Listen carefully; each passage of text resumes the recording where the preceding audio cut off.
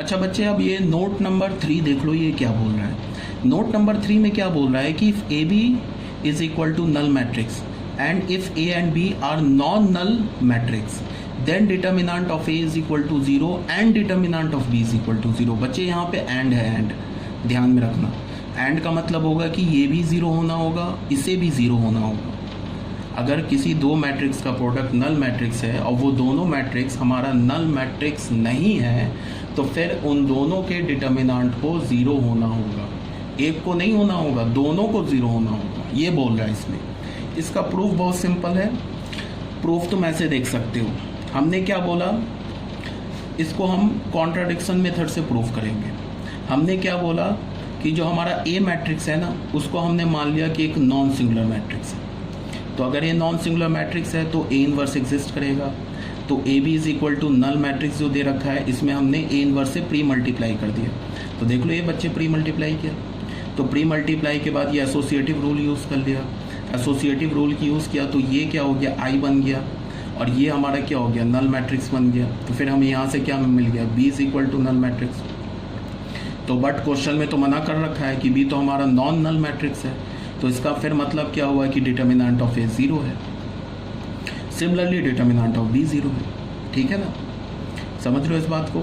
तो इस note number 3 में हमें क्या पता चला, नोट नंबर 3 ये बोल रहा है कि अगर दो मैट्रिक्स का प्रोडक्ट नल मैट्रिक्स है और उन दोनों मैट्रिक्स में से कोई भी एक मैट्रिक्स नल मैट्रिक्स नहीं है, तो फिर उन दोनों मैट्रिक्स के डिटर्मिनेंट को 0 होना होगा। दोनों मैट्रिक्स के डिटर्मिनेंट को 0 होना होगा। A into B null matrix, matrix A is not a null matrix, matrix B is not a null matrix. This implies that determinant of A is equal to 0 and determinant of B is equal to 0. ये बोला जा रहा है, यहाँ तक clear होना चाहिए। ठीक है, अब आ जाओ नोट नंबर 4 पे। ये नोट नंबर 4 एक्चुअली क्या हुआ है कि ये नोट नंबर जो हमारा 2 था उसी को ये दोबारा लिख दिया मैंने, तो देख लो एक बार। यही बात है, A B is equal to null matrix, वही नोट नंबर 2 ही है। ठीक है, ये A B is equal to null matrix implies determinant of A is equal to 0 और determinant of B is equal to 0, but vice versa is not correct, vice versa correct नहीं है। मतलब कि अगर मैं बोलूँ कि A determinant of A 0 है और डिटर्मिनेंट ऑफ बी 0 है, तो फिर ये A B is equal to null इसको इम्प्लाई नहीं करेगा, ये गलत हो जाएगा। राइट हैंड साइड से लेफ्ट हैंड साइड पे नहीं जा सकते हो, बट लेफ्ट हैंड साइड से राइट हैंड साइड पे जा सकते हो, ये बोला जा रहा है। इसका वही प्रूफ दे रखा है, ए बी नल मैट्रिक्स है तो उसका डिटर्मिनेंट हमने दोनों साइड ले लिया, तो डिटर्मिनेंट की प्रॉपर्टी से हमने क्या कर दिया, डिटर्मिनेंट ए इंटू डिटर्मिनेंट बी 0 हो गया।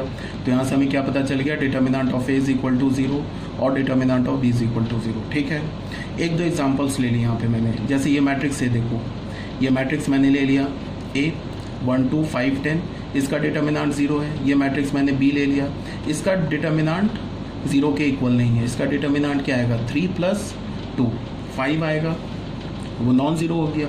इसका डिटर्मिनेंट क्या होगा, 10 - 10 0, तो इसका डिटर्मिनेंट 0 हो गया।